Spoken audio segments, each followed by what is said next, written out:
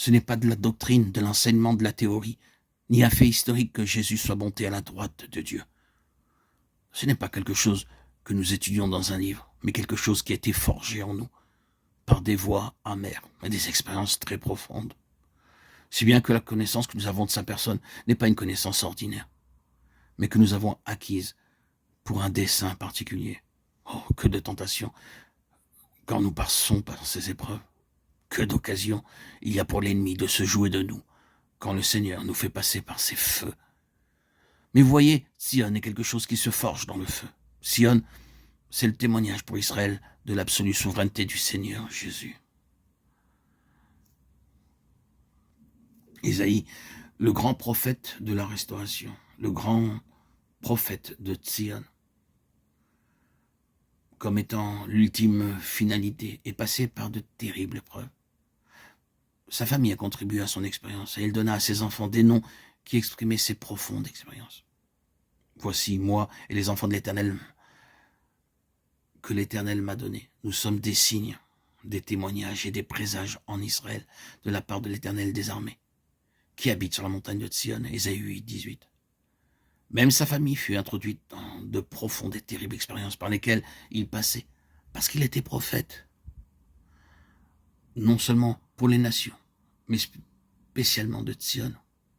Vous voyez la place occupée par Sion dans la deuxième partie de ses prophéties.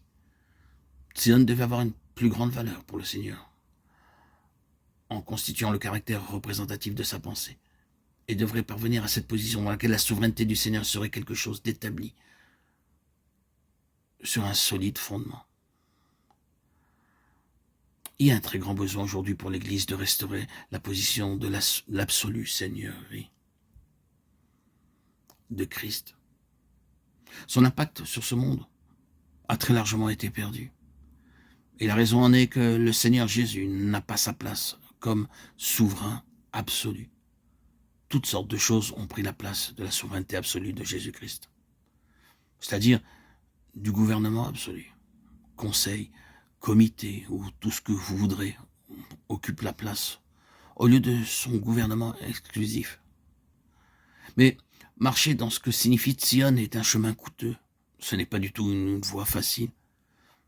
C'est pourquoi il y a souvent eu des abandons et des choses plus faciles ont été mises à la place. Il n'est pas facile de s'attendre au Seigneur, d'être gouverné entièrement par le Saint-Esprit. C'est une voie difficile. Et vous serez mis de côté si vous mettez votre main sur les choses de Dieu, à l'exemple de Saül, l'homme de la chair. Vous serez rejeté par le Seigneur. Si vous saisissez les choses avec vos propres mains, c'est de cette manière et en ces termes que la question se pose. Est-il Seigneur dans votre vie? Est-il Seigneur? L'Église n'a pas été préparée à payer ce prix. Elle a perdu son témoignage. Puisse le Seigneur établir ce témoignage au sein de l'Église, au sein de nos vies.